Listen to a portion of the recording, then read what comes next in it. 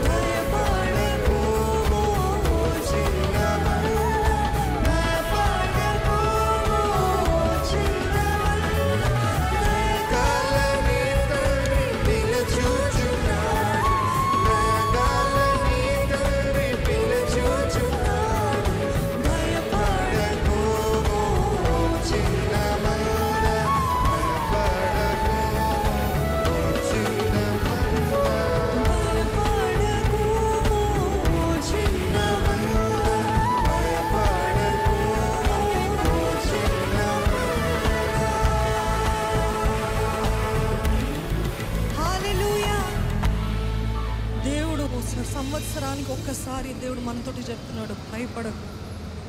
ఒక ముఖ్యమైన ప్రాముఖ్యమైన అధికారం కలిగిన వ్యక్తి వచ్చి ఇదిగో భయపడకు నేనున్నాను అని చెప్తే అది మనం కొండంత ధైర్యంగా తీసుకొని ఆయన చెప్పాడు భయపడ్డద్దు అన్నాడు.